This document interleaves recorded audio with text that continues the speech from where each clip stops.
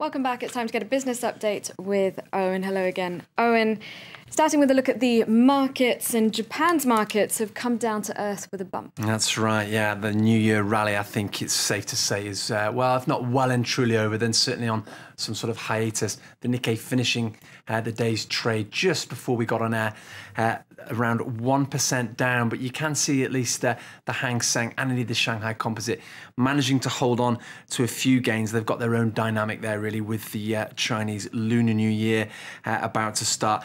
Keep an eye this Thursday on Kodak, the American camera company. Its share price down 90% over the last year or so. Took another plunge by around 30% or so yesterday. 3 years ago, you could pick up Kodak shares for around $30. Now they'll cost you just less than 50 cents. The firm is denying speculation and reports in a lot of the US press that it is seeking, excuse me, some kind of bankruptcy protection. But the company, it should be noted, has been trying to sell off various assets and various patents in a bid to keep things moving. Turning now to the Eurozone, because Greece has made a very blunt assessment of its future. Yeah, it's 3 months, essentially, is the date that Greece has given in a very, very stark assessment of its finances in the new year. It was the Prime Minister, Lucas Papademos, who said that without the agreements and funding linked to it, Greece faces an immediate danger of uncontrolled default in March. You can take that to mean potential bank runs, maybe even social disorder, and of course the prospect of Greece becoming the first Eurozone country to not only leave the single currency but potentially leave the EU altogether. It was left to Papademos' spokesman to take to the airwaves and spell out the message. The next 3 or 4 months are when everything will be decided, and that is why this government exists. The bailout agreement needs to be signed, otherwise we'll be out of the markets, out of the euro. The situation will be much worse. That was the official spokesman for Greek Prime Minister Lucas Papademos. Well, let's get some more on this from our correspondent in Athens, Natalie Savarakas. Good morning to you, Natalie. You were probably listening in there to the Greek government spokesman there, spelling out in no uncertain terms this sort of timetable. Does it seem to you that this is a significant shift by the government in Greece to actually give people some kind of date, some kind of timetable as to when things could go very wrong for Greece? Yes, absolutely. It is an ultimatum. It is mainly intended for domestic consumption, but it does highlight a very likely scenario. Now, Greece is in the throes of negotiating a second bailout. It includes 130 billion euros, 50% write-down of its debts, the so-called PSI, which stands for private sector involvement, and that is still very much up in the air. Now, Greece has maturing bonds in January, but essentially the big one is for March 14.5 billion euros worth of a bond. And unless it gets this cash in February, the country will essentially go bust. So all this additional help is contingent on Athens meeting its reforms, its measures and targets. The inspectors will be visiting soon, and they'll be expecting to see results. And unless Greece provides them, then it's most probably not getting the additional aid.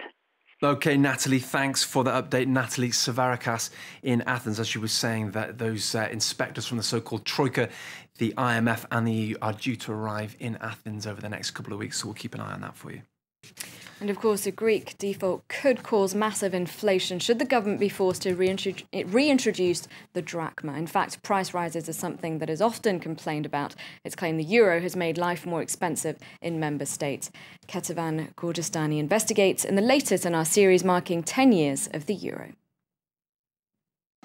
In France, the baguette is the ultimate price reference, and in this bakery, customers all agree its price has increased since switching to the euro. Yes, since the euro, prices have jumped. I think that when we switched to the euro, they hiked their prices. In 2000, a baguette cost 4 francs and 40 cents. That's about 67 cents in euros. Today, the same baguette costs 90 cents, a 34% hike. But for this baker, it isn't the euro that is to blame, it's rising commodity prices. Take sugar, for example. Sugar prices have almost doubled. What can we do? At some point, we have to translate that into our prices, and it's not an exaggeration.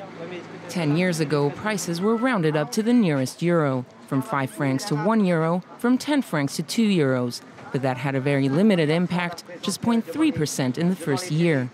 Since the switch to the euro, prices in general have increased by 1.7% per year. Not a shocking increase, according to some experts.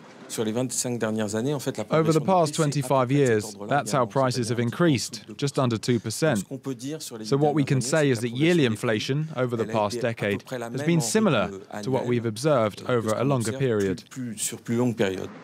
There are, however, some disparities. Prices in the service sector, like restaurants or plumbing, have skyrocketed. But buying a car or a TV is now cheaper than it was 10 years ago. On average, prices haven't increased more because of the euro, but salaries didn't follow, and that's what reduced French people's purchasing power. Okay, let's change gears now, no pun intended, and head to India, where the wraps have come off the cars and the glitz is fully on at New Delhi's, well, India's, I should say, biggest and most important car show. It is the biggest ever this year as well, with an influx of Western household names trying to beat recession in Europe and slowing growth in the United States. Natasha Butler is there for us. Well, there are 50 automakers from around the world at the Delhi Auto Show, and around 50 vehicles will also be launched right here over the next few days, making it India's biggest auto show to date.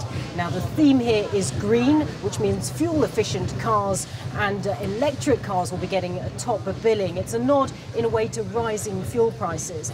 But the really big story here is the fact that there are so many foreign companies. That's because while battered economies around the world are seeing car sales dip, right here in India they continue to rise. The economy is doing well, growing 7% a year, so a cashed up middle class is spending more money on cars than ever. So that's why we're seeing car makers like French company Renault showing big here for the very first time in India.